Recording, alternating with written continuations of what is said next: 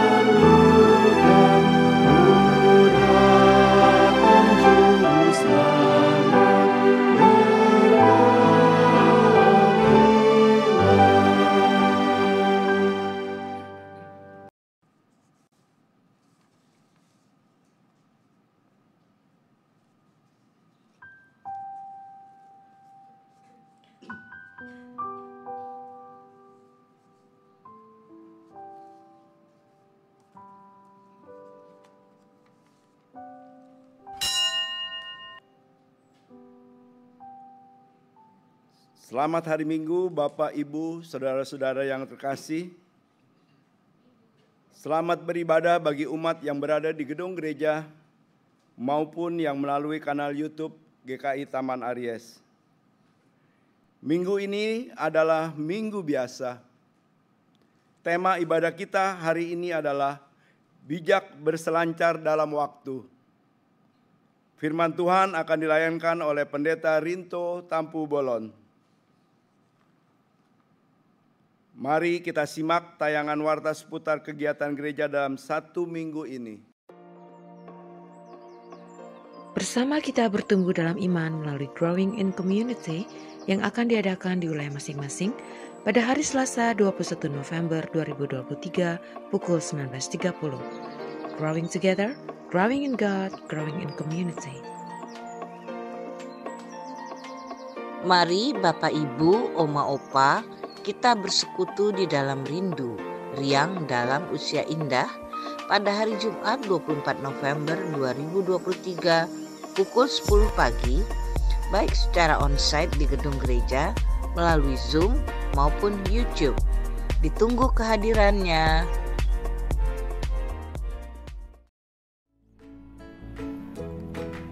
Shalom sahabat GKI Taman Aries yang terkasih dalam Tuhan Yesus.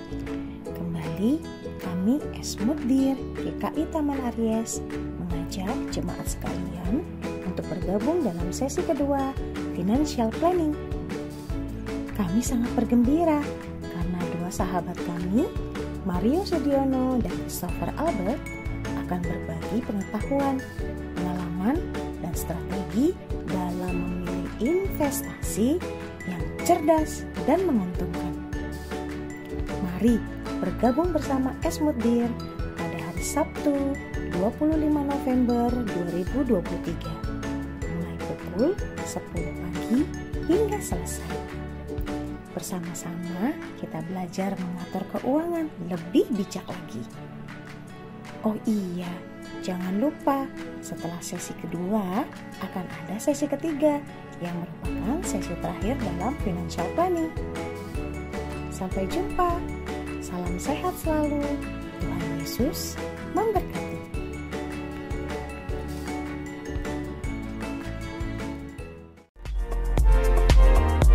Komisi Ibadah mengajak Bapak, Ibu, Saudara semua yang terpanggil untuk melayani sebagai pemandu pujian, pemusik, kameramen, operator PPT, video switcher, dan penyambut jemaat untuk bergabung melayani pada ibadah umum GKI Taman Aries.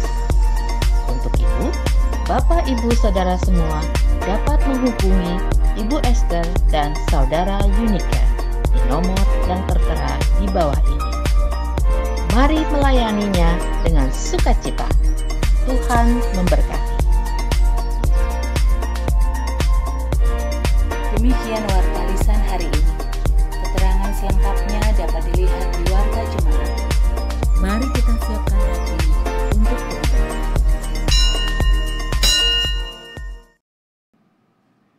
Janganlah memuji diri tentang esok hari, karena engkau tidak tahu apa yang akan terjadi hari itu. Pujilah Tuhan, hai jiwaku.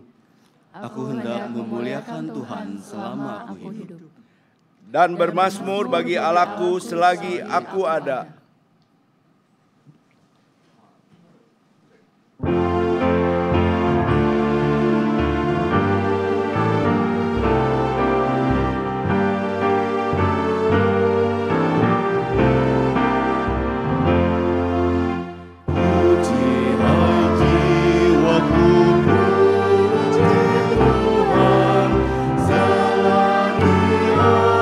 ada nafasku.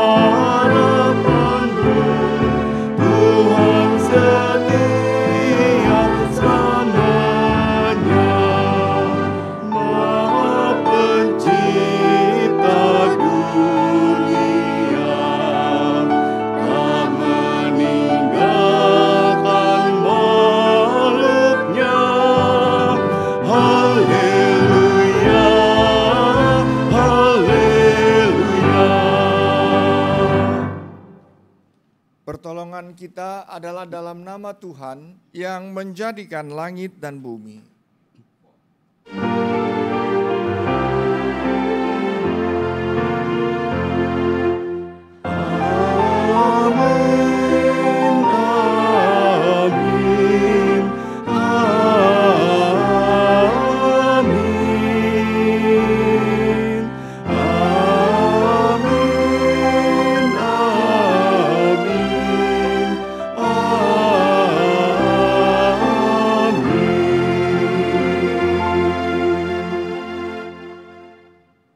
Tuhan beserta saudara. Dan beserta saudara juga.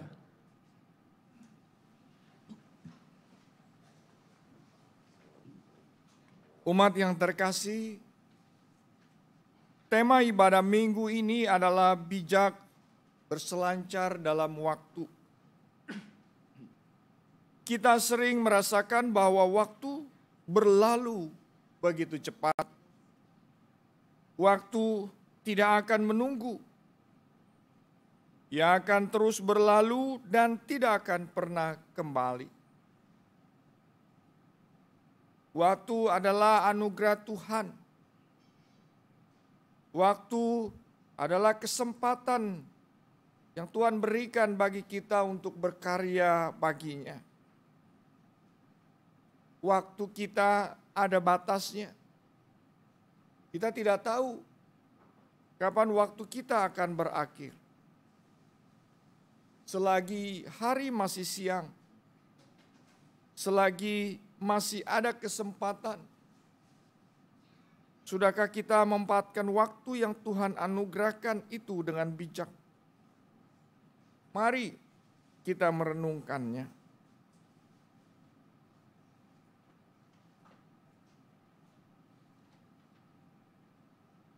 Mari kita berdoa.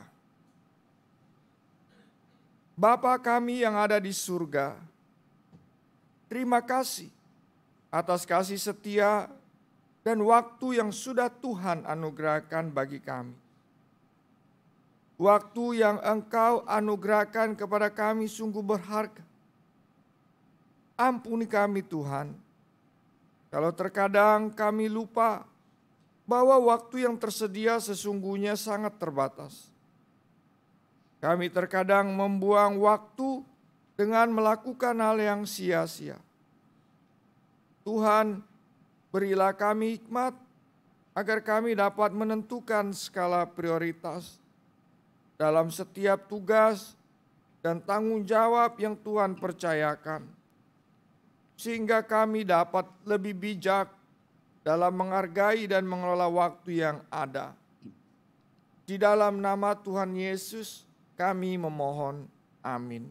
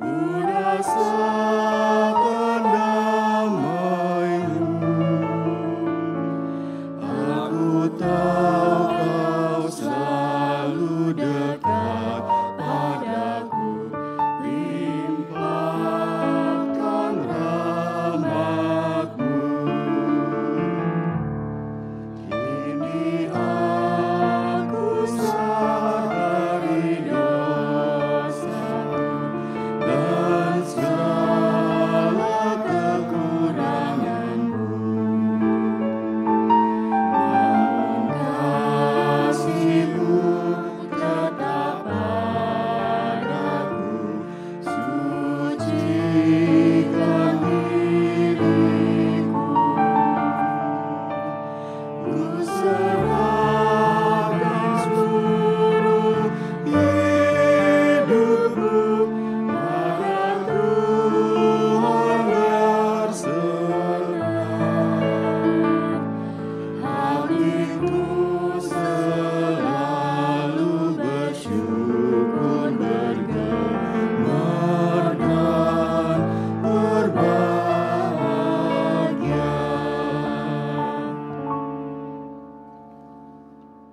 bagi kita yang telah mengakui dosa di hadapan Tuhan dan kita yang bertekad untuk hidup berkenan kepadanya, maka saudara-saudara dengarkanlah berita anugerah dari Tuhan yang ditulis dalam 1 Tesalonika 5 ayat 9 sampai dengan 10.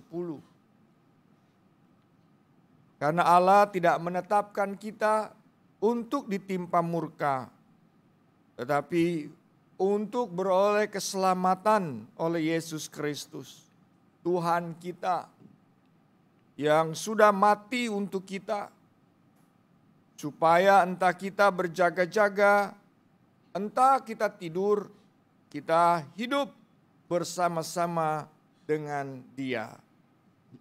Dalam Kristus engkau telah diampuni. Di dalam Kristus engkau pun telah diampuni. Damai Kristus bagimu. Damai Kristus bagimu juga.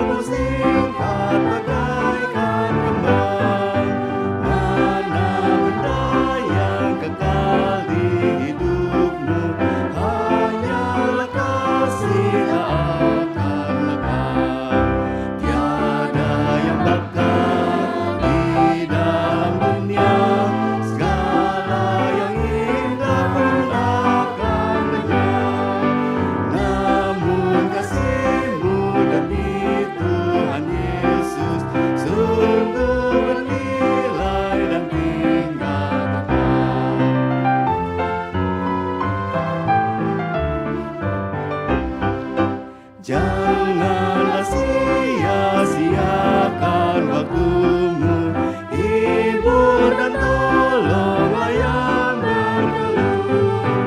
Biarlah lampumu terus bercahaya, muliakanlah Tuhan di hidupmu. Tiada yang bakal di dalam dunia, segala yang indah pun akan lenyap. Namun kasih-Mu demi Tuhan Yesus sungguh bernilai dan tinggal tetap. Karya jerih-Mu demi Tuhan Yesus tak dihargai benar olehnya. Kasih yang sudah Kau tabur di dunia, nanti Kau tuai di sorga mulia. Tiada yang bakal di dalam dunia, segala yang indah pun akan lenyap. Namun kasih-Mu demi Tuhan Yesus sungguh bernilai dan tinggal tetap. Silakan duduk Bapak Ibu Saudara-saudara, kita berdoa. Tuhan Yesus yang baik, terima kasih. Jika pada pagi ini kami bisa kembali untuk mendengar firman-Mu, biarlah firman Tuhan yang Kau perdengarkan pada kami bisa memberikan pengertian hikmat yang menuntun hidup kami. Kami tahu ada keterbatasan kami dalam memahami apa yang Kau sabdakan. Tapi berkenanlah ya Roh Kudus untuk menolong kami semua. Dalam nama-Mu Tuhan Yesus kami berdoa. Amin. Pembacaan pertama terambil dari Sefanya 1 ayat 7, dilanjutkan dengan ayat 12 sampai dengan 18. Perikop hari ini terambil dari Alkitab Terjemahan Baru edisi 2. Ayat 7. Berdiam dirilah di hadapan Tuhan Allah, sebab hari sudah dekat. Sungguh, Tuhan menyediakan kurban sembelihan dan menguduskan para undangannya. Ayat 12. Pada waktu itu aku akan menggeledah Yerusalem dengan suluh. Aku akan menghukum orang-orang yang telah mengental seperti anggur di atas endapannya, dan yang berkata dalam hatinya, Tuhan tidak akan berbuat baik atau berbuat jahat. Harta kekayaan mereka akan dirampas dan rumah-rumah mereka akan menjadi sunyi sepi. Mereka mendirikan rumah tetapi tidak akan mendiaminya. Mereka membuat kebun anggur tetapi tidak akan minum anggurnya. Hari Tuhan yang dahsyat itu sudah dekat. Sudah dekat dan datangnya sangat cepat. Pada hari Tuhan terdengar teriakan pahit. Pejuang pun memekik di hari itu. Hari itu hari kegeraman, hari kesusahan dan kesulitan, hari kehancuran dan kemusnahan, hari kegelapan dan kesuraman, hari berawan dan kekelaman, hari peniupan sangkakala dan pekik perang terhadap kota-kota berkubu dan terhadap menara-menara penjuru yang tinggi. Aku akan mendatangkan kesusahan atas manusia, sehingga mereka berjalan seperti orang buta, sebab mereka telah berdosa kepada Tuhan. Darah mereka akan tercurah seperti debu, dan usus mereka terburai seperti tahi. Perak atau emas tidak dapat menyelamatkan mereka pada hari kegeraman Tuhan. Seluruh bumi akan dilahap habis oleh api cemburunya. Sebab kebinasaan, bahkan kebinasaan dahsyat didatangkannya atas segenap penduduk bumi. Demikianlah sabda Tuhan. Syukur kepada Allah.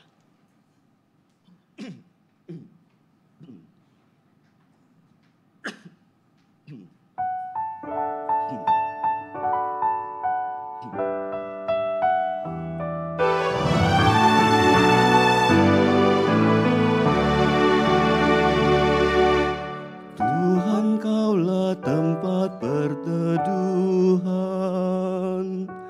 bagi kami turun-temurun.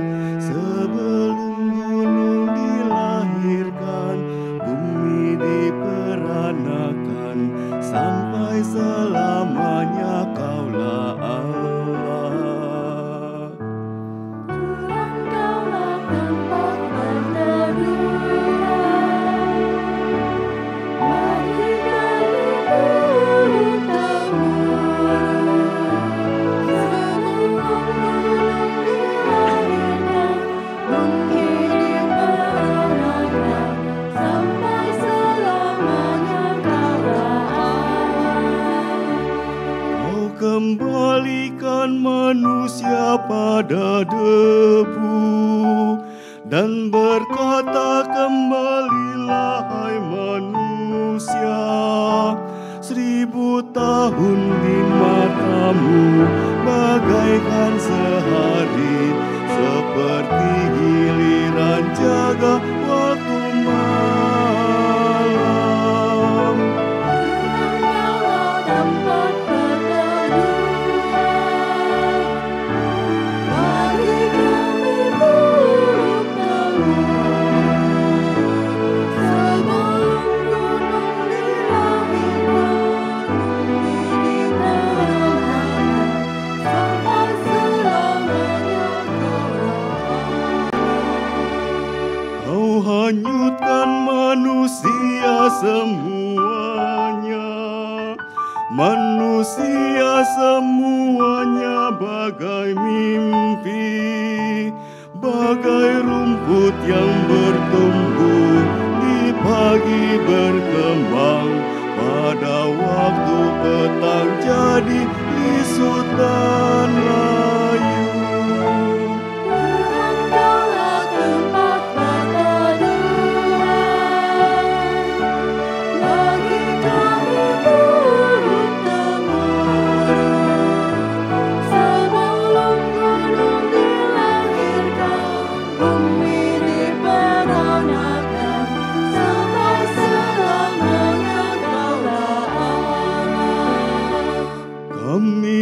habis lenyap karena murka-Mu, dan terkejut kami karena amarah-Mu. Di hadapan-Mu Kau taruh kesalahan kami, dosa tersembunyi dalam cahaya wajah-Mu. Tuhan, Kaulah tempat perteduhan bagi kami burung temurun. Sebelum gunung dilahirkan, bumi diperanakan, sampai selamanya Kaulah Allah.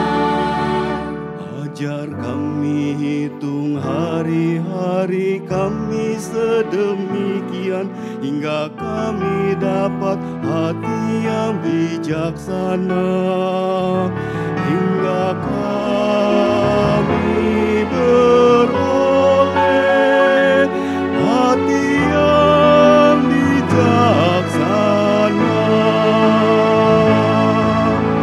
Tuhan, Kaulah tempat perteduhan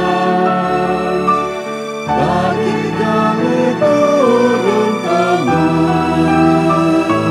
Sebelum gunung dilahirkan, bumi diperanakan, sampai selamanya Kaulah Allah.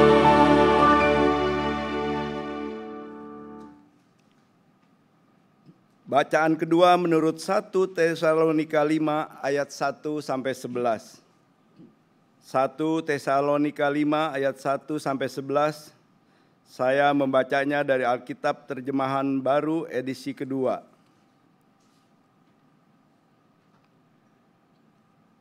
Tetapi tentang masa dan waktunya, saudara-saudara tidak perlu dituliskan kepadamu, karena kamu sendiri tahu benar-benar bahwa hari Tuhan datang seperti pencuri pada malam. Apabila mereka mengatakan semuanya damai dan aman, maka tiba-tiba mereka ditimpa oleh kebinasaan, seperti seorang perempuan yang hamil ditimpa oleh sakit bersalin. Mereka pasti tidak akan luput. Tetapi kamu, saudara-saudara, kamu tidak hidup di dalam kegelapan, sehingga hari itu tiba-tiba mendatangi kamu seperti pencuri. Karena kamu semua adalah anak-anak terang dan anak-anak siang. Kita bukanlah orang-orang malam atau orang-orang kegelapan. Sebab itu, baiklah jangan kita tidur seperti orang-orang lain, tetapi berjaga-jaga dan sadar. Sebab mereka yang tidur, tidur waktu malam, dan mereka yang mabuk, mabuk waktu malam. Tetapi kita yang adalah orang-orang siang, baiklah kita sadar, berbaju jirahkan iman dan kasih, dan berketopongkan pengharapan keselamatan. Karena Allah tidak menetapkan kita untuk ditimpa murka, tetapi untuk beroleh keselamatan melalui Tuhan kita, Yesus Kristus, yang sudah mati untuk kita, supaya entah kita berjaga-jaga, entah kita tidur, kita hidup bersama-sama dengan Dia. Karena itu, kuatkanlah seorang akan yang lain, dan saling membangunlah kamu seperti yang memang kamu lakukan. Demikianlah sabda Tuhan. Syukur kepada Allah.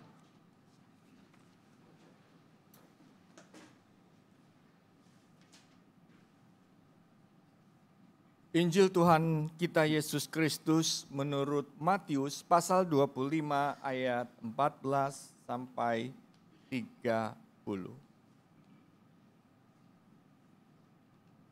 Sebab kerajaan surga seumpama seorang yang mau bepergian. Ia memanggil hamba-hambanya dan mempercayakan hartanya kepada mereka. Yang seorang diberinya 5 talenta, yang seorang lagi 2, dan yang seorang lain lagi 1. Masing-masing menurut kesanggupannya, lalu ia berangkat. Segera pergilah hamba yang menerima 5 talenta itu. Ia menjalankan uang itu, lalu beroleh laba 5 talenta. Hamba yang menerima 2 talenta itu pun berbuat demikian juga dan beroleh laba 2 talenta. Namun, hamba yang menerima 1 talenta itu pergi dan menggali lubang di dalam tanah, lalu menyembunyikan uang tuannya. Lama sesudah itu, pulanglah tuan hamba-hamba itu, lalu mengadakan perhitungan dengan mereka. Hamba yang menerima 5 talenta itu datang dan membawa laba 5 talenta. Katanya, "Tuan, 5 talenta Tuan percayakan kepadaku. Lihat, aku telah beroleh laba 5 talenta." Kata tuannya itu kepadanya, "Bagus, hai hambaku yang baik dan setia. Engkau telah setia dalam hal kecil. Aku akan memberikan kepadamu tanggung jawab dalam hal yang besar. Masuklah ke dalam sukacita tuanmu." Sesudah itu, datanglah hamba yang menerima 2 talenta itu. Katanya, "Tuan, 2 talenta Tuan percayakan kepadaku. Lihat, aku telah beroleh laba 2 talenta." Kata tuannya itu kepadanya, "Bagus, hai hambaku yang baik dan setia. Engkau telah setia dalam hal kecil. Aku akan memberikan kepadamu tanggung jawab dalam hal yang besar. Masuklah ke dalam sukacita tuanmu." Datanglah juga hamba yang menerima 1 talenta dan berkata, "Tuan, aku tahu bahwa Tuan adalah orang yang kejam, yang menuai di tempat Tuan tidak menabur dan memungut dari tempat Tuan tidak menanam. Karena itu aku takut dan pergi menyembunyikan talenta Tuan di dalam tanah. Ini, terimalah kepunyaan Tuan." Tuannya itu menjawab, "Hai hamba yang jahat dan malas, jadi kamu sudah tahu bahwa aku menuai di tempat aku tidak menabur dan memungut dari tempat aku tidak menanam? Kalau begitu, seharusnya uangku itu kau berikan kepada bankir, supaya pada waktu aku kembali, aku menerima milikku dengan bunganya. Sebab itu, ambillah talenta itu dari dia, dan berikanlah kepada orang yang mempunyai 10 talenta itu. Sebab setiap orang yang mempunyai, kepadanya akan diberi, sehingga ia berkelimpahan. Namun siapa yang tidak mempunyai, apapun juga yang ada padanya akan diambil darinya. Tentang hamba yang tidak berguna itu, campakkanlah dia ke dalam kegelapan di luar. Di sanalah akan terdapat ratapan dan kertak gigi." Demikianlah Injil Yesus Kristus. Berbahagialah kita semua yang mendengarkan firman Allah dan yang memeliharanya.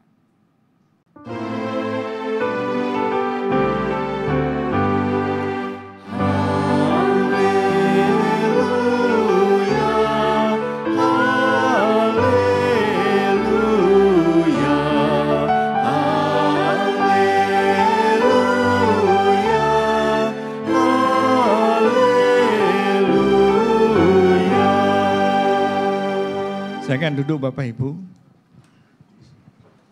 Salam semuanya. Sudah sapa kanan kiri?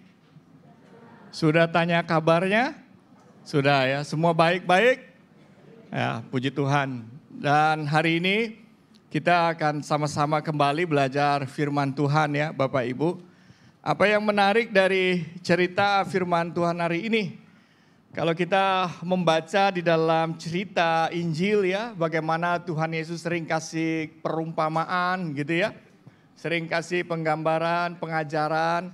Kalau kita perhatikan kurang lebih cukup banyak ya. Cukup banyak bagaimana dunia usaha, dunia bisnis itu dipakai oleh Tuhan Yesus untuk memberikan pengajaran dan penggambaran.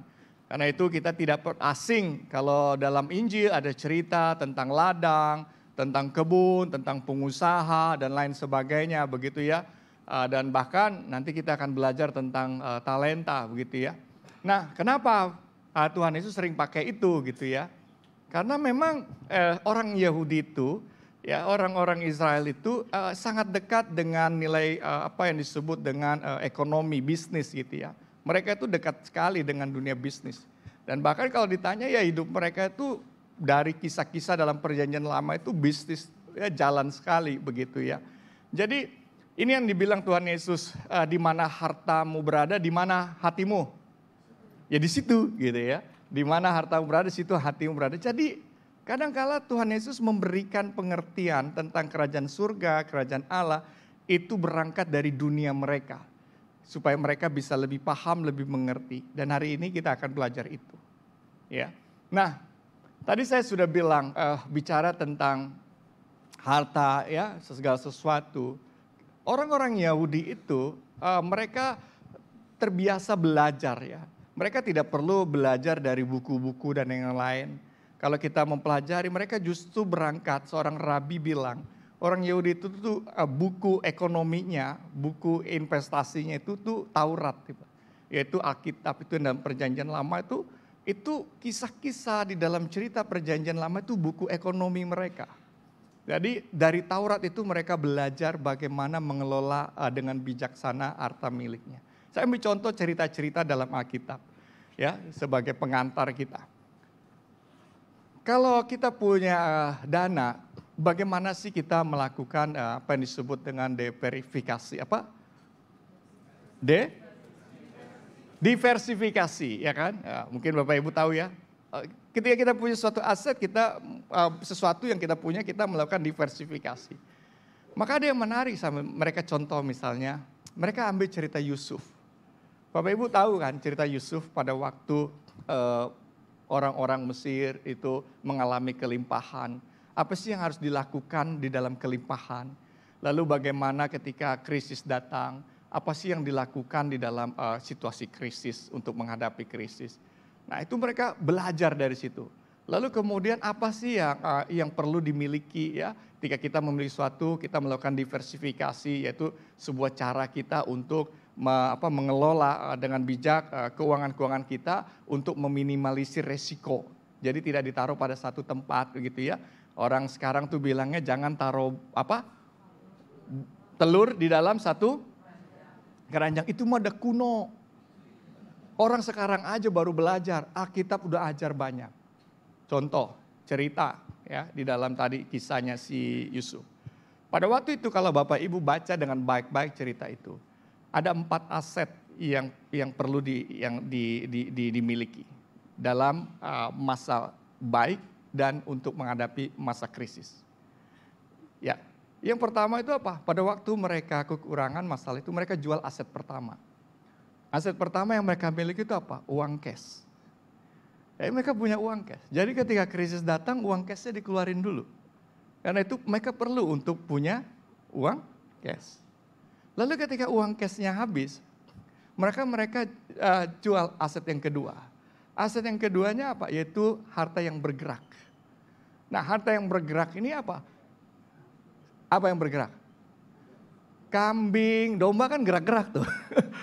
Kalau kita kan mikirnya mobil ya kan itu harta yang bergerak gitu kan. Itu zaman dulu begitu ya, nama harta bergerak itu bukan saham.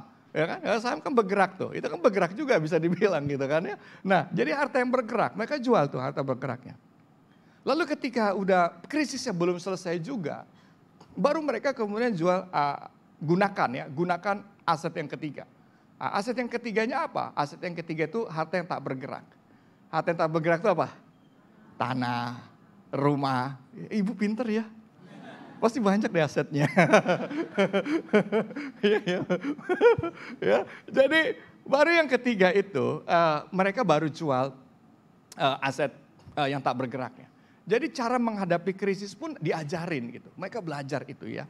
Nah lalu kemudian kita lihat bagaimana mengelola krisis. Kita lihat Yusuf itu ya, dia ajarin gitu. Jadi ketika kita punya, sesuatu kita tabung begitu ya, kita simpan gitu ya.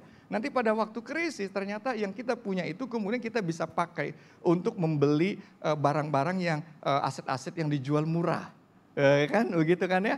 Kan begitu kan tahun 98 banyak orang jual asetnya murah sekali gitu kan ya. Bukannya 98, tapi tahun-tahun ada banyak selalu periode waktu di mana seseorang itu dunia itu akan menjual asetnya murah. Lalu dia yang mempunyai ini udah siapkan itu, dia menyiapkan masa depannya dengan bijak, dia siapkan itu supaya dia tahu pada suatu waktu nanti ada krisis. Itu 7 tahun dan 7 tahun kemakmuran dan 7 tahun kelaparan. Itu cara memandangnya, cara mengelolanya dengan bijak. Sehingga ketika 7 tahun itu dia tujuan bukan hanya membeli aset yang murah, tetapi dia menolong orang pada saat titik terendah. Ketika orang pingin hidup, maka dia menjual segala sesuatu. Kalau ada yang beli itu sudah syukur. Jadi dia siapkan itu cara ngelolanya. Itu 3 aset itu. Lalu pertanyaannya aset yang keempat apa? Sesuatu yang berharga yang keempat. Kalau kita membaca cerita, itu 3, kalau 3 ini udah habis, apa yang kita miliki?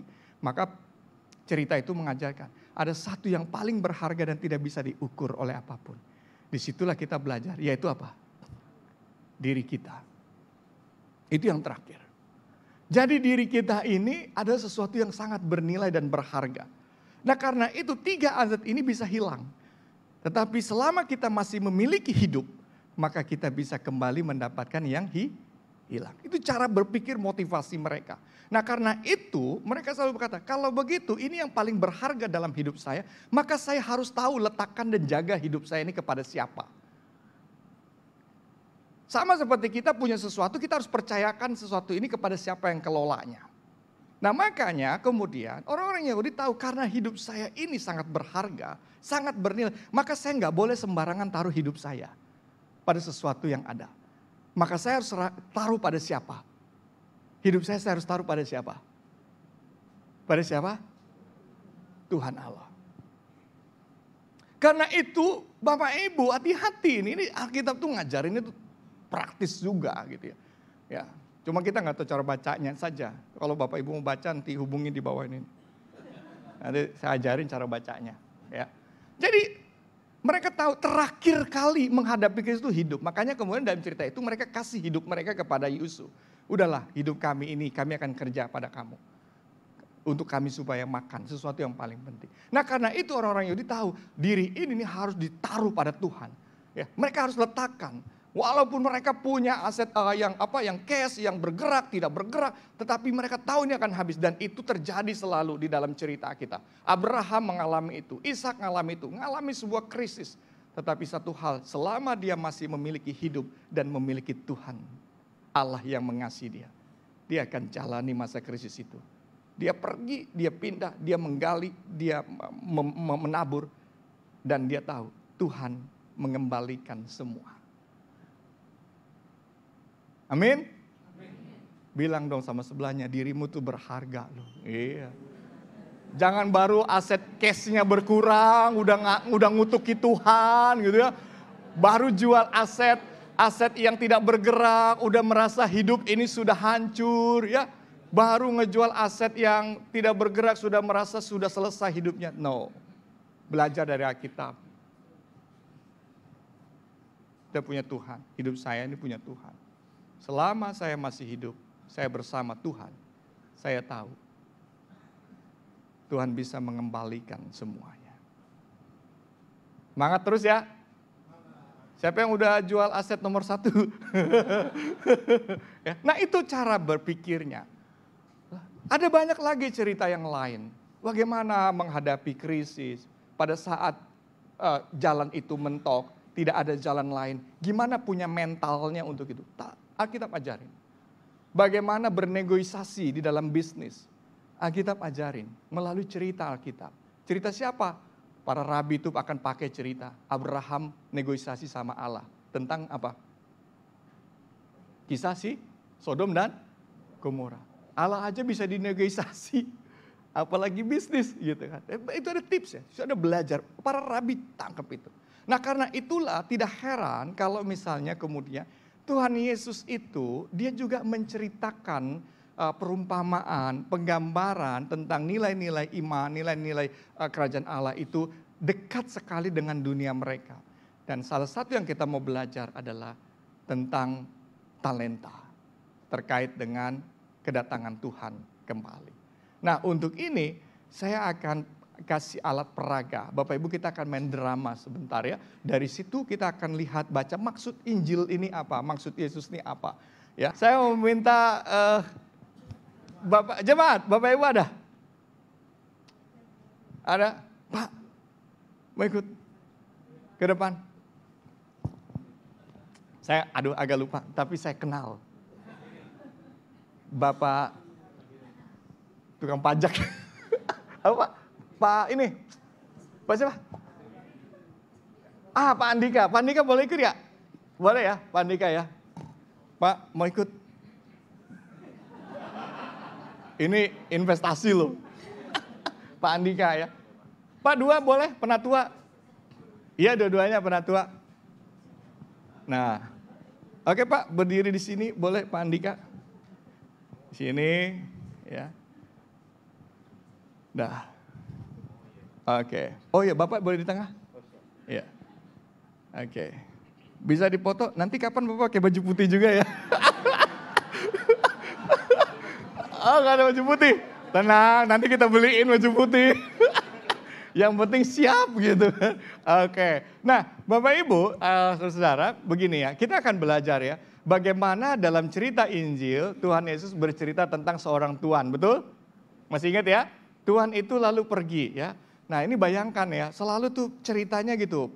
Pemilik kebun pergi, lalu meninggalkan asetnya kepada orang lain, dia sih enak jalan-jalan. Itu kalau teorinya sekarang itu mereka bilangnya apa, pasif income. Tuh kita udah ajarin ya, kita baru belajar gitu, udah belajarin. Nah, sekarang si Tuhan ini punya harta ya, punya sesuatu. Lalu dia mau melakukan diversifikasi, dia mau kasih hartanya ini dikelola. Tapi untuk mengurangi resiko, maka dia memberikannya kepada 3 hambanya. Seperti itu ya. Nah, lalu untuk yang pertama, dia kasih, kalau kita hitung begitu ya, 1 talenta itu, ada 2 talenta, ada 5 talenta. 1 talenta itu sekitar kurang lebih menurut catatan 6.000 dinar. Oke, berapa sih 6.000 dinar? Nah, 1 dinar itu upah 1 hari pekerja. Seandainya saja kita pakai hitung-hitungan, berapa sih UMR Jakarta? Ambillah 4,5 juta ya. Walaupun saya tahu sekarang udah naik katanya 11 juta ya. UMR 11. Wah, Bapak dapat isu. Ya, dia kan mau kampanye, ya kan.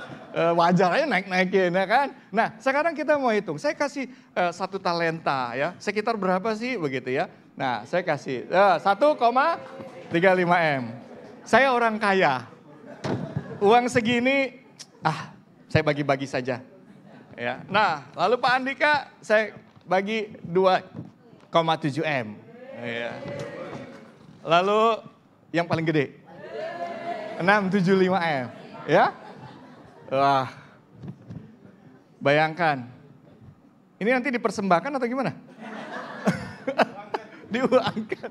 Ya. Jadi si Tuhan ini memberi 1 talenta, 2 talenta, dan 5 talenta.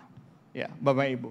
Nah, ini diversifikasi. Supaya jangan sampai nanti aset itu kemudian gagal kalau dikasih kepada 1 orang saja. Begitu ya. Nah, sekarang pertanyaan saya, Bapak-bapak, tolong pikirkan dalam waktu 1 menit, bagaimana ngembangin uang ini. Cepet lu Pak Ido. Dia udah tahu dia apa. Sudah, ini bahasa Bapak nih ahli nih ya. Sudah dapat? Oke, kita mulai dari Pak Ido dulu. 6M ini bisa bikin sekitar 5 klinik Pak. Klinik utama, kemudian balik modalnya 4 tahun. Luar biasa langsung klinik mikirnya. 4 klinik ya segitu ya. Kecil 4 klinik, balik modal, break pointnya 4 tahun ya. Oh, luar biasa. Nah, itu Pak Andika nih, coba. Iya Pak, kan karena saya orang pajak Pak, jadi pertama saya dapat ini kan, saya resign dulu ya.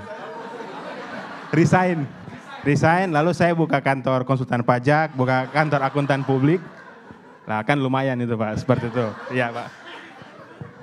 Hebat ya kalau bawa papa. Beda main tadi pagi nih. Nah, Pak Yopi 135M. 135M ini cukup buat beli apa ya? Beli tanah sih ya, rumah bangunan buat bikin kos-kosan di dekat kampus. Gitu. Jadi buat kos mahasiswa. Dapat, Pak. Satu bidang bisa 10 kamar bisa, Pak. 10 pintu. Iya, Pak. 135 dapat 10 pintu Bapak Ibu, ya.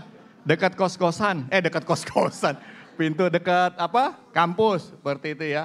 Ini kayaknya Pak Yopi udah dapat gambaran nih kampus di mana ini ya. Oke, nah ini oke, seperti itu ya.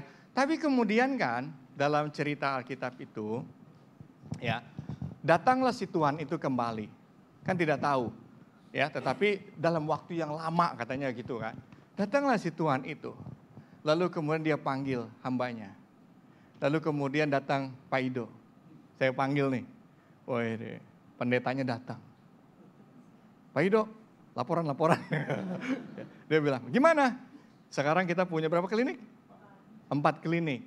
Ini udah kembali semuanya. Dapat 4 klinik, 4 kliniknya masih running, jalan, dan ini bisa berkembang terus. Bahagia saya. Ya, punya bos, punya anak buah begitu tuh luar biasa tuh. Pak Andika saya panggil. Bagaimana hasilnya? Oh, saya sudah pakai. Untuk apa? Bikin kantor konsultan. Untuk siapa? Untuk saya, Pak. Pak, saya bilang, kamu yang benar duit saya gitu. Tapi dia membangun konsultan, ya kan, pajak gitu. Oh, kita sekarang udah punya, Pak, gitu. Wah, bagus ya kan. Terus datang Tuhan ini ke Pak Yopi, saya datang. Gimana? Alkitab ceritakan. Wah, ini saya balikin aja duitnya. Kurang lebih saya udah kubur. Saya balikin seperti itu. Lalu Alkitab cerita, Yesus bilang, wah ini si Tuhan itu marah gitu ya. Sama si orang yang dikasih 1 talenta ini. Lalu pertanyaannya begini, Pak Yopi, kenapa si Tuhan itu marah? Padahal kan Bapak mengembalikan uang yang sama, tidak berkurang gitu ya. Tapi kenapa sih dia marah sama Bapak? Karena uang itu tidak berbuah ya, tidak berbunga. Jadi tetap masih segitu-segitu aja. Yang harapan dari tuannya harusnya uang itu sudah berkali-kali lipat dari waktu dia berikan di awal. Tidak berbuah ya? Berkali lipat. Tapi apa sih yang membuat dia marah? Dari yang Bapak bilang itu. Karena uangnya itu dikubur, maksudnya disimpan, nggak diberikan kepada orang yang mengelolanya. Mungkin saya bisa berikan ke Pak Andika atau ke Pak Ido harusnya.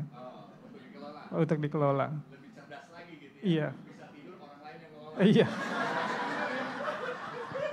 Winter Pak Yopi ya. Dikasih bos, kelola ya, siap. Terus datang ke Pak Ido. Saya mau ikutan investasi dong.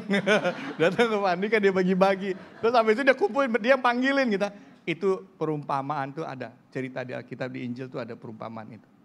Tapi enggak sekarang lah saya cerita ini. Yang Bapak pikir itu ada. Gitu ya. Nah, jadi ini perumpamaan. Nah, sekarang saya mau tanya, Bapak Ibu ada yang mau jawab enggak? Siapa yang mau jawab? Kenapa Tuhan itu marah sama 1 talenta? Nggak boleh jawab PS Aries. Udah dengerin khotbah jawab. Jadi, udah dibongkar dah. Udah dah, saya jelasin ya.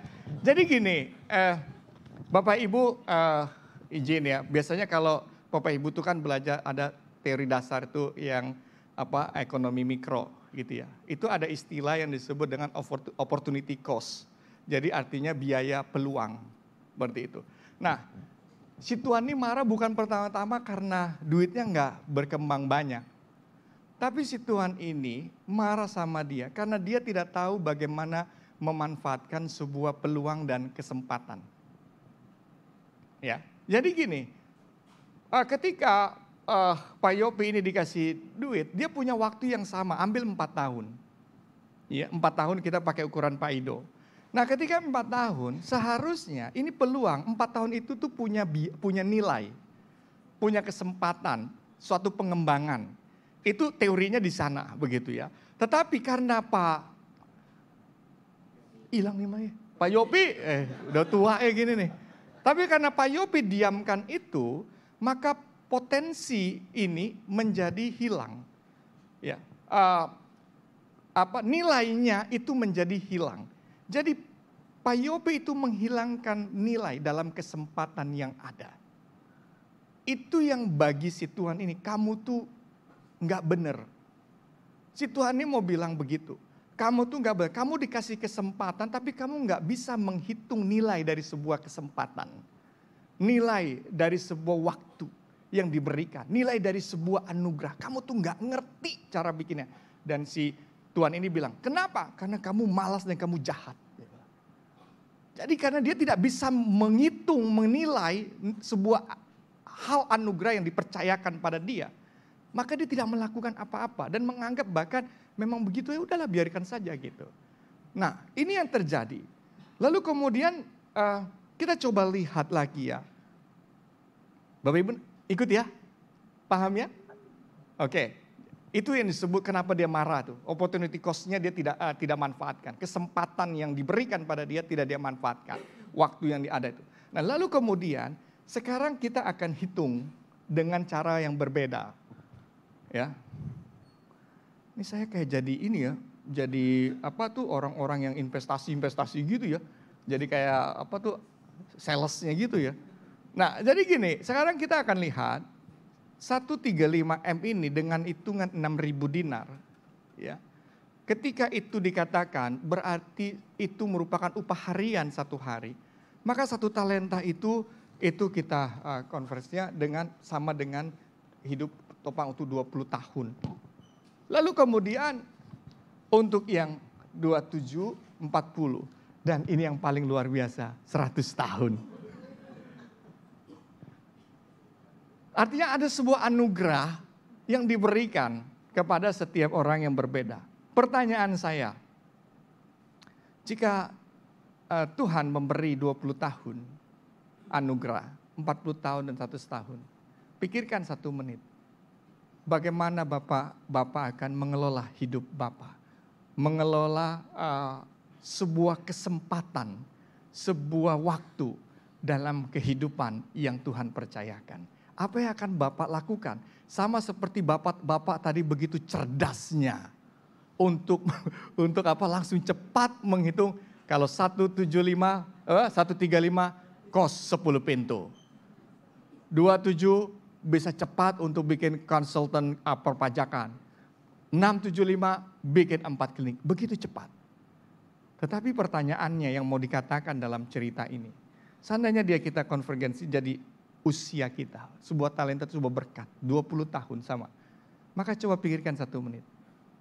Bagaimana mengelola 20 tahun ini supaya kita tidak kehilangan kesempatan yang Tuhan beri. Wajah bapak-bapak kok beban begitu pas bagian ini ya? Taruh bagian investasi senyum-senyum dia. Udah dapat? Oke, wah dari 100 tahun dulu dah. Dari sini aja dulu 20 tahun dulu yang pendek.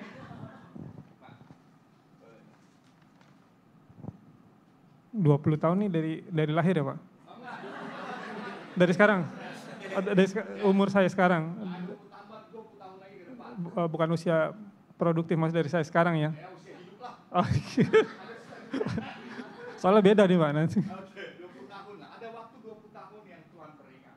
Oke, 20 tahun dari sekarang ya. Dari 20 tahun dari sekarang saya karena sudah berkeluarga, sudah bekerja, makanya saya Tuhan juga kasih kemampuan saya juga masih bisa bekerja. Saya gunakan itu untuk bekerja dan menghidupi keluarga, juga untuk waktu yang Tuhan berikan ini, saya tetap terus melayani Tuhan. Oke. Konkretnya apa Pak? 20 tahun untuk melayani Tuhan itu Bapak punya. Kalau tadi kan jelas banget. Ya. Saya akan bikin kos-kosan. Berapa pintu? 10. Jelas kan clear. Dekat mana? Dekat universitas kan clear. Nah sekarang seandainya nih 20 tahun itu konkret itu gimana Tuhan? Kan belum terjadi Pak. Jadi baru rencana ke depan. Oke, makasih. Jadi mau melayani itu ya. Oke, Pak Andika. Ya kalau ini kan 40 tahun ya memaintain terus bisnis sambil tetap menjaga keharmonisan keluarga dan tetap melayani Tuhan sesuai dengan talenta yang sudah Tuhan berikan. Jadi kalau sudah 40 tahun kan udah punya kantor konsultan, tinggal monitor aja seperti itu. Padahal tuh saya tanya 40 tahun tuh untuk Tuhan gitu ya. Tapi balik lagi konsultan. Kantor. Iya. Nah Pak Ido. Kita tidak memisahkan antara pekerjaan dan juga kegiatan kita di gereja. Artinya semua pekerjaan maupun kehidupan di bergereja semuanya adalah untuk Tuhan ya. Nah andaikan kita diberi umur 100 tahun, bayangkan kebetulan pekerjaan saya juga nggak ada pensiunnya. Jadi bayangkan 100 tahun bekerja maupun melayani, kita bisa menyentuh 4 dan 5 generasi saya ke bawah. Selama kita bekerja dan melayani dengan bisa memberikan inspirasi, bisa sepenuh hati dan juga bisa mengembangkan pelayanan maupun pekerjaan. Ya, cocok. Jadi betul yang tadi dibilang ya. Memang kita punya kehidupan ya, Tuhan kasih itu kan anugerah. Kan persoalannya yang kita mau kerjakan tentu seluruh hidup kita kan. Kita juga harus urus keluarga semua. Tapi bagaimana semua ini tuh menjadi bagian dalam persembahan kita pada Tuhan juga kan, itu kan yang kita pikirkan. Nah persoalannya kan begini Bapak Ibu. Ketika dia berbicara 20 tahun, 40 tahun, 100 tahun. Pembacaan Alkitab kita, baik dalam bacaan 1 tadi maupun bacaan 2, dia punya cerita di situ, punya latarnya untuk mengingatkan. Ya, persoalannya adalah bahwa Yesus katakan, kita kan tidak pernah tahu siapa yang memiliki 100 tahun. Kita tidak pernah tahu siapa yang memiliki 2 talenta 40 tahun. Kita tidak pernah tahu siapa yang memiliki. Bisa saja kan ini berputar. Kita beranggap bahwa kita masih memiliki 100 tahun. Kesini aja deh. Ya. Nah, ini kesini. Sorry. Ya. Kan kita nggak pernah tahu. Karena Yesus bilang masa itu tidak ada yang tahu. Kedatangan Tuhan tidak ada yang tahu. Bahkan selesainya kita pun kita nggak ada yang tahu. Nah karena itulah kemudian diingatkan. Kita harus diingatkan menjadi bijaksana untuk mengisi atau memanfaatkan sebuah kesempatan. Bahwa masa penantian ini harus kita tahu nilainya. Supaya dia nggak berlalu begitu. Ya. Sebuah waktu untuk menunggu kedatangan Tuhan. Itu memiliki nilai yang sangat berharga untuk kita pakai. Nah ini persoalannya kita nggak pernah tahu.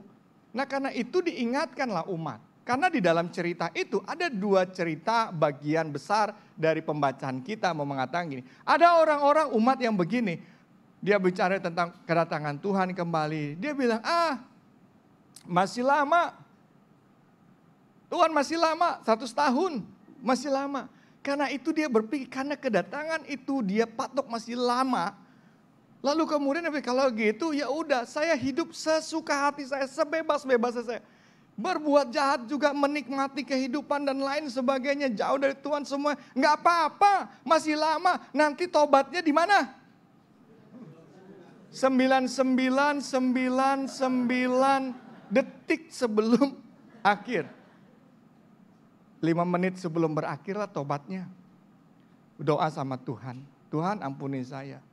Tapi seluruh hidupnya itu berantakan, kacau balau. Itu yang digambarkan, hidup di dalam kegelapan, dia bilang, hidup di dalam seperti itu. Tapi kita nggak pernah tahu kalau ternyata kita ada di sini. Dan kita tidak sempat untuk memanfaatkan nilai daripada sebuah kesempatan. Kita kehilangan, itu yang dikatakan dalam Alkitab. Dalam pembacaan pertama, kau akan kehilangan semuanya. Apa yang kau punya itu akan kehilangan, apa yang kau rindu semua kehilangan. Kau akan kehilangan sesuatu yang paling penting dalam hidupmu. Nah karena itu diajak, nggak boleh hidup begitu gitu. Kita harus punya gambaran akan nilai kerajaan Allah itu. Kita harus memberi nilai pada kesempatan yang ada. Supaya kita nggak kehilangan semuanya. Ini dalam dunia bisnis juga ada ya Pak ya. Kita kehilangan kesempatan, hilang semuanya. Nah ada juga yang mengatakan, berbuat kalau sempat untuk bertobat. Kalau enggak sempat gimana? Begitu. Nah atau yang kedua dia katakan gini, masih lama 40 tahun. Ya udahlah kita males-malesan aja, udahlah. Ngapain? Udah tenang-tenang aja. Nggak usah ngapa-ngapain, hidup begini saja. Jalani saja. Tuhan ya Tuhan, datang ya datang. Nggak datang ya nggak apa-apa. Jadi hidup seperti itu. Tanpa ada sebuah karya, tanpa ada sebuah panggilan dalam hidupnya. Menjalani hidup dari hari ke hari tanpa punya panggilan Tuhan dalam hatinya. Karena itu hidup gak pernah berubah. Ya begitu saja terus, gak ada sesuatu yang dia persembahkan. Baik dirinya, baik keluarganya, baik pekerjaannya, baik bisnisnya. Dia menjalani segala sesuatu seperti dunia menjalankannya. Tanpa sebuah nilai-nilai kesempatan yang dari Tuhan. Habis. Dan dia kemudian baru menyadari itu. Kalau dia menyadari itu pada saat sudah mulai mendekat 40. Karena mungkin juga ada 20. Dua tipe daripada umat Tuhan ini diingatkan. Dan Injil mengatakan, Yesus mengatakan itu. Untuk mengingatkan dua tipe ini. Lalu kita mau yang mana Bapak Ibu? Tidak ada yang pernah tahu kita memiliki waktu 20 tahun, 40 tahun, 100 tahun. Bahkan dalam cerita ada orang yang masih muda ngedoain orang yang usianya 80 tahun. Lagi sakit didoain. Tuhan sembuhkan ya Nek. Semua ini. Berapa hari kemudian dapat berita si neneknya. Nek tahu nggak yang kemarin doain? Tahu, baik ya dia ya. Iya baik deh. Sekarang udah dipanggil Tuhan Nek. Dia duluan. Kan banyak yang begitu. Kita nggak pernah tahu. Nah tetapi satu hal yang diingatkan kita dalam masa penantian. Belajar untuk kemudian memberi nilai yang tinggi pada sebuah kesempatan yang Tuhan kasih. Belajar untuk kemudian dengan bijak mengelola 100 tahun hidup kita. Mengelola 20 tahun hidup kita. Mengelola 40 tahun hidup kita. Belajar bagaimana mengelola materi kita, aset-aset kita untuk kemuliaan Tuhan. Bagaimana mengelola aset-aset kita untuk kemuliaan Tuhan. Bagaimana mengelola aset-aset kita untuk kemuliaan Tuhan. Bagaimana mengelola seluruh yang ada pada kita untuk menjadi sebuah kesempatan yang Tuhan beri untuk kita kasih kepada Dia. Di dalam kehidupan, keluarga dan lain-lain. Selagi masih ada kesempatan. Nah Bapak Ibu, saya ambil contoh misalnya. Bapak Ibu saat ini yang mungkin berkata, Pak, terima kasih sudah ingatkan saya. Karena saya tidak pernah berpikir bahwa nilai itu menunggu waktunya Tuhan itu adalah sebuah nilai yang penting berharga yang harus saya manfaatkan.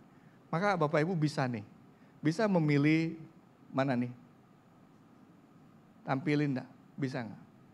Kita harus ajar anak-anak kita. Anak-anak kita, cucu-cucu kita harus mengajarkan kepada dia dari sejak dini. Bagaimana kamu tuh harus mengelola kesempatan. Usia yang ada, anugerah yang Tuhan beri, itu harus dinilai, jangan dikubur segala sesuatu. Orang opa oma harus punya spirit itu. Bapak ibu harus punya spirit itu. Kita semua, kita dorong anak-anak kita untuk mengelola hidupnya, mengelola waktunya untuk Tuhan. Bisa anak-anak remaja juga. Ya, bahkan juga bapak ibu sendiri, diri kita sendiri pun. Bapak ibu sudah diberikan anugerah. Anugerah ini harus dikelola. Kesempatan hidup adalah kesempatan mengelola anugerah Tuhan. Bapak ibu bisa berikan itu semua. Lakukan. Mungkin selama ini saya sudah umurnya belum 100 tahun Pak. Masih 55 tahun. Ini anak muda, dewasa muda. Ya. 55 tua ya. Saya lihat salah ibu-ibu semuanya muda-muda sih. Ya. Jadi kita mengelola gitu kan. Segala sesuatu bukan hanya ada di sini. Ingat tadi, yang paling penting, yang paling bernilai, berharga adalah siapa? Diri kita. Karena Tuhan ada, karena kita bersama Tuhan, maka kita bisa memiliki 3 bagian yang lain. Kita bisa memiliki aset yang tak bergerak, aset yang bergerak, dan cash yang ada. Tetapi semua ini karena ada satu pribadi yang bergantung hidup bagi Tuhan. Yang menyerahkan hidupnya bagi Tuhan. Yang mau berkarya bagi Tuhan. Yang penuhi panggilannya bagi Tuhan seperti Abraham, Ishak dan Yakub. Mereka penuhi panggilan Tuhan. Maka segala sesuatu ditambahkan kepadanya. Itulah kenapa Yesus bilang, carilah dahulu apa? Kerajaan Allah. Maka selebihnya akan ditambahkan padamu. Jangan konsen cari tambahan. Tambahan itu ada karena ada yang utama. Beli motor dapat helm. Iya loh. Banyak orang Kristen cari helmnya. Salah. Jangan cari helmnya. Buat apa Bapak Ibu pakai helm jalan kaki? Kan? Tapi Bapak Ibu cari motornya. Yang utamanya baru dapat yang tambahan. Jadi hari ini mari Bapak Ibu semua yang masih mengubur segala sesuatu di dalam tanah, dalam kesibukan hariannya, ayo kita bergerak pakai sebuah nilai kesempatan yang ada. Dan PS Aries mereka akan menutup perenungan kita ini dengan sebuah pujian yang indah. Selama matahari masih, benar ya?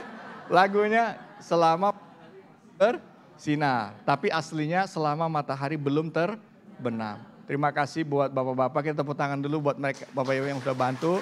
Ya, selamat memanfaatkan nilai, memberi nilai pada hidup yang Tuhan percayakan, dan kita bisa merenungkan firman Tuhan dengan sebuah pujian. Tuhan Yesus berkati kita.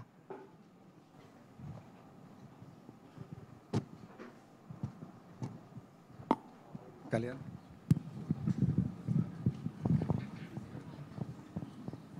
Nih Pak. Judul lagu ini adalah Bila Matahari Terbenam. Ini lagu ini mengajak dan mengingatkan kita semua bahwa Tuhan telah setia kepada kita dari sejak perumpamaan matahari terbit, dari sejak kita lahir sampai kita dewasa, sampai kita tua, Tuhan tetap setia. Karena itu lagu ini mengingatkan kita supaya sebelum kita matahari terbenam kita kembali, kita tetap setia. Karena itu Bapak Ibu bisa menikmati lagu ini agar tetap diingatkan Bapak itu tetap setia sampai akhir. Terima kasih.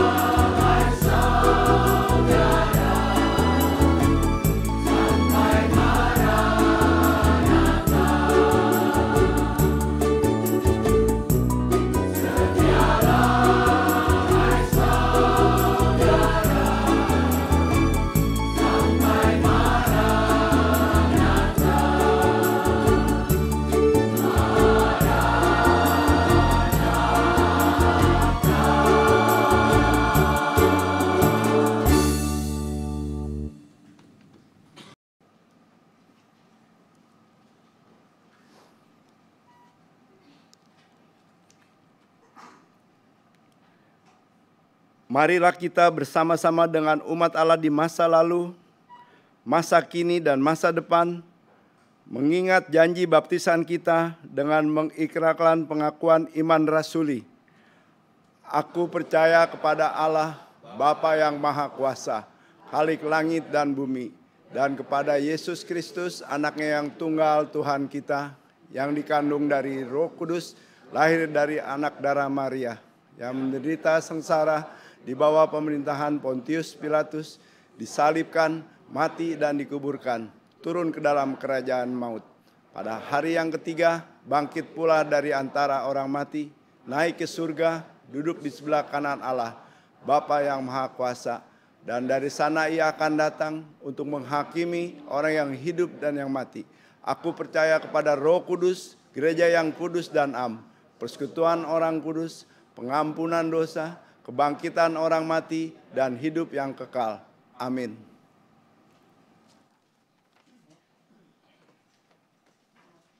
Mari kita berdoa. Bapa Surgawi Tuhan Yesus, terima kasih untuk kehidupan yang Tuhan beri bagi kami. Kami hidup di dalam penantian akan kedatangan-Mu kembali. Biarlah waktu menanti ini adalah waktu yang kami melihat dengan baik, dengan bijaksana. Sehingga ketika kami melihat waktu yang ada, kami melihat sebuah kesempatan. Sebuah peluang yang Tuhan percayakan untuk mengabarkan, untuk memberitakan Injil, kabar baik Tuhan dalam kehidupan setiap umat-Mu. Setiap kondisi, setiap keadaan. Di situ kami membawa kabar baik Tuhan, Injil Tuhan, kasih keselamatan pada kehidupan ini. Tuhan Yesus, kiranya tolong kami ya Roh Kudus, supaya kami tidak menjadi umat pribadi yang malas, umat yang menyepelekan hari kedatangan Tuhan. Atau umat yang kemudian mengatakan dalam diri masih jauh, karena itu kami hidup di dalam ketidakbenaran, kejahatan, dan segala sesuatunya. Tuhan Roh Kudus ingatkan kami, sadarkan kami, supaya setiap kami yang tidak memanfaatkan kesempatan, yang sampai saat ini belum memanfaatkan kesempatan untuk pekerjaan dan kemuliaan Tuhan, maka kami terus boleh dibangun, ditumbuhkan, diingatkan bersama-sama untuk memanfaatkan atau mengelola hidup ini dengan bijak, sehingga kami bisa semakin mengalami pertumbuhan dan menerima kebahagiaan bersama Tuhan. Bapa Surgawi, kami berdoa buat setiap jemaat Tuhan yang saat ini sedang sakit. Tuhan yang memberikan kekuatan pada mereka. Tuhan yang memberikan peneguhan. Tuhan Yesus yang memberikan pemulihan, pertolongan untuk pengobatan mereka. Tuhan Yesus kuatkan juga keluarga yang mendampingi, agar keluarga yang mendampingi penuh damai sejahtera. Dia memiliki kekuatan dan sabar untuk menyatakan cinta kasih-Nya kepada anggota keluarganya yang sakit. Kami berdoa untuk setiap anggota jemaat Tuhan yang saat ini punya pergumulan dalam pekerjaan, usaha, atau bisnisnya. Atau juga hal-hal lain yang terkait dengan hal-hal yang material sifatnya. Bapa Surgawi, kiranya Engkau yang terus menolong mereka ketika mereka punya pergumulan dan persoalan. Tuhan kuatkan, teguhkan supaya di dalam pergumulan, gelombang-gelombang itu mereka tidak tenggelam dan tapi juga tidak berbuat jahat. Tuhan tolonglah. Juga untuk setiap jemaat Tuhan, kami berdoa untuk setiap keluarga yang ada, yang saat ini sedang mengalami pergumulan. Biarlah setiap orang memanfaatkan waktu bersama, bukan untuk berkelahi, bukan untuk bertengkar, tetapi waktu yang Tuhan beri untuk saling mengasihi. Tuhan yang memulihkan setiap keluarga. Kami juga berdoa untuk pelayanan, seluruh pelayanan di GKI Taman Aries ini. Tuhan berkati untuk rencana-rencana pelayanan yang telah dibangun, dibuat. Berkati melalui itu semua kami boleh bertumbuh sebagai pelayan dan bertumbuh sebagai yang menerima pelayanan. Kami berdoa untuk bangsa dan negara ini. Di dalam rencana untuk pemilihan umum. Biarlah ini juga menjadi sebuah kesempatan yang kami ambil. Kami manfaatkan dengan sebaik-baiknya setiap pribadi-pribadi untuk mengambil bagian dalam terlibat menentukan pemimpin bagi bangsa dan negeri ini. Berikan kami hikmat, berikan kami pengetahuan, berikan kami pengenalan. Singkapkan semua Tuhan supaya kami tidak salah melihat. Singkapkan semua Tuhan supaya kami tidak salah memahami. Singkapkan semua Tuhan supaya kami tidak salah memutuskan. Tolong kami. Kami berdoa buat dunia ini. Kami juga merindukan selalu pemulihan-pemulihan. Terutama pemulihan hati. Agar para pemimpin-pemimpin negeri, masyarakat-masyarakat negara-negara boleh hidup dalam damai hatinya. Peperangan berhenti dan kami kembali membangun dunia ini bersama-sama. Terima kasih Tuhan Yesus. Ini doa kami yang kami naikkan hanya di dalam nama-Mu Tuhan dan Juru Selamat kami. Yang kami mau tutup dalam doa Bapa kami. Bapa kami yang di surga, dikuduskanlah nama-Mu. Datanglah kerajaan-Mu. Jadilah kehendak-Mu di bumi seperti di sorga. Berikanlah kami pada hari ini makanan kami secukupnya. Dan ampunilah kami akan kesalahan kami. Seperti kami juga telah ampuni orang bersalah pada kami. Dan janganlah membawa kami dalam pencobaan, tapi lepaskanlah kami pada yang jahat. Karena Engkaulah yang punya kerajaan dan kuasa dan kemuliaan sampai selama-lamanya. Amin.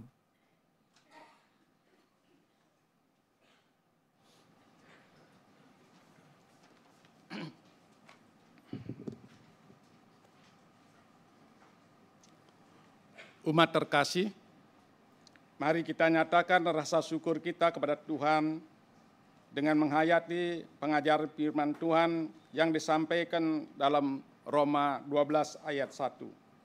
Karena itu saudara-saudara, demi kemurahan Allah, aku menasihati kamu supaya kamu mempersembahkan tubuhmu sebagai persembahan yang hidup, yang kudus, dan yang berkenan kepada Allah. Itu adalah ibadahmu yang sejati. Kita dapat membawa persembahan syukur dengan cara mengirim melalui rekening GKI Taman Aries, melalui scan QRIS atau memasukkan kotak persembahan kita waktu kotak persembahan diedarkan.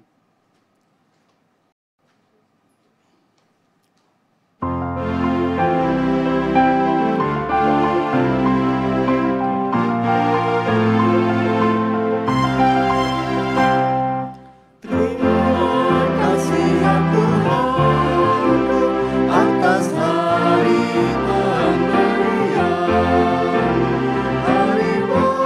berlimpah dan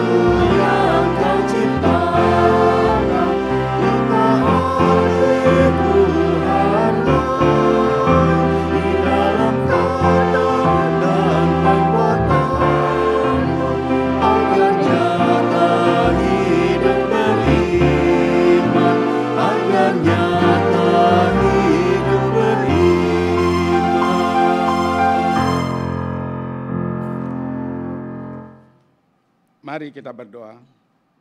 Ya Allah sumber kasih dan berkat, kami bersyukur atas anugerah dan kebaikan-Mu di sepanjang hidup kami.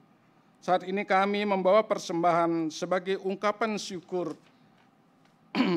Kiranya persembahan ini dapat dipakai untuk mendukung pelayanan dan menjadi saluran berkat di tengah umat dan lingkungan sekitar.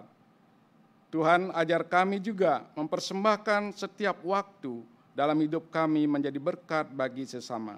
Di dalam Kristus kami berdoa dan mengucap syukur. Amin.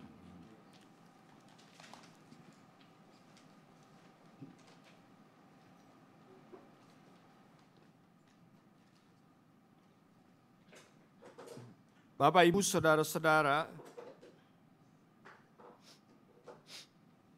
mari bijaklah kita menggunakan waktu, menggunakan kesempatan yang begitu terbatas yang Tuhan anugerahkan kepada kita. Maka mari kerjakanlah setiap tugas dengan baik dan benar, setiap panggilan Tuhan, agar kita menjadi suluh bagi dunia ini.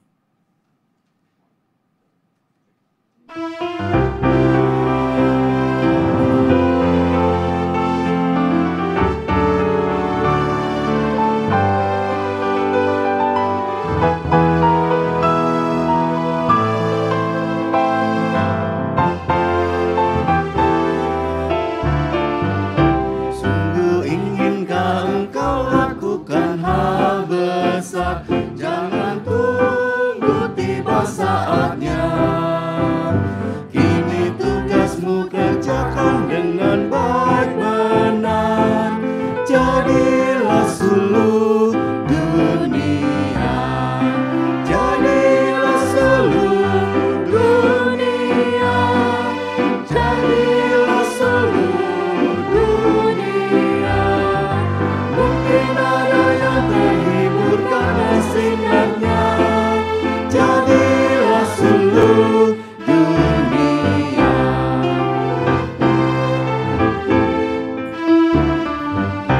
Kau pun dapat mengenyahkan awan yang gelap bagi hati susah dan lesah, dan dirasakannya penghiburan yang sedap, jadilah suluh dunia, jadilah suluh dunia, jadilah suluh dunia. Mungkin ada yang terhibur karena sinarnya, jadilah suluh dunia.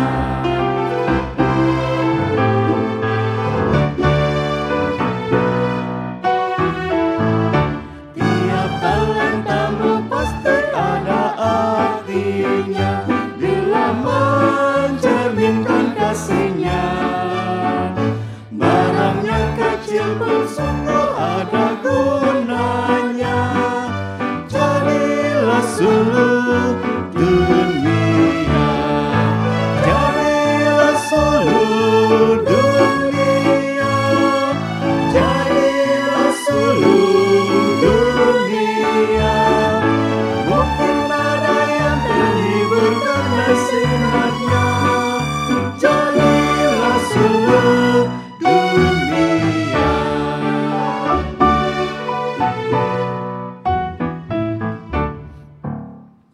Arahkanlah hatimu kepada Tuhan. Kami mengarahkan hati kami kepada Tuhan. Jadilah saksi Kristus. Syukur kepada Allah. Terpujilah Tuhan. Kini dan selamanya. Pulanglah dan imanilah berkat Tuhan yang menyertai. Tuhan memberkati engkau dan melindungi engkau. Tuhan menyinari engkau dengan wajah-Nya dan memberi engkau kasih karunia. Tuhan menghadapkan wajah-Nya kepadamu dan memberi engkau damai sejahtera.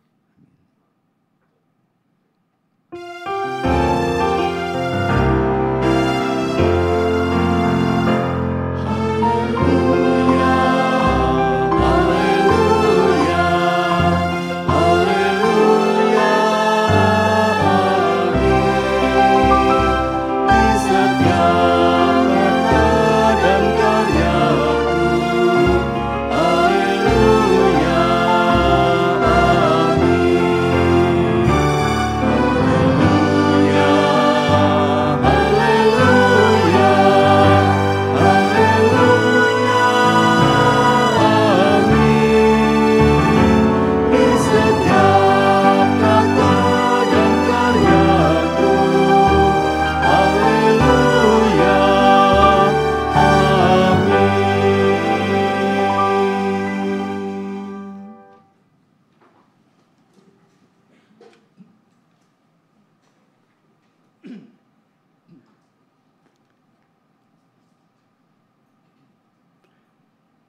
Bapak, Ibu, saudara-saudara yang terkasih dalam Tuhan Yesus, ibadah telah selesai.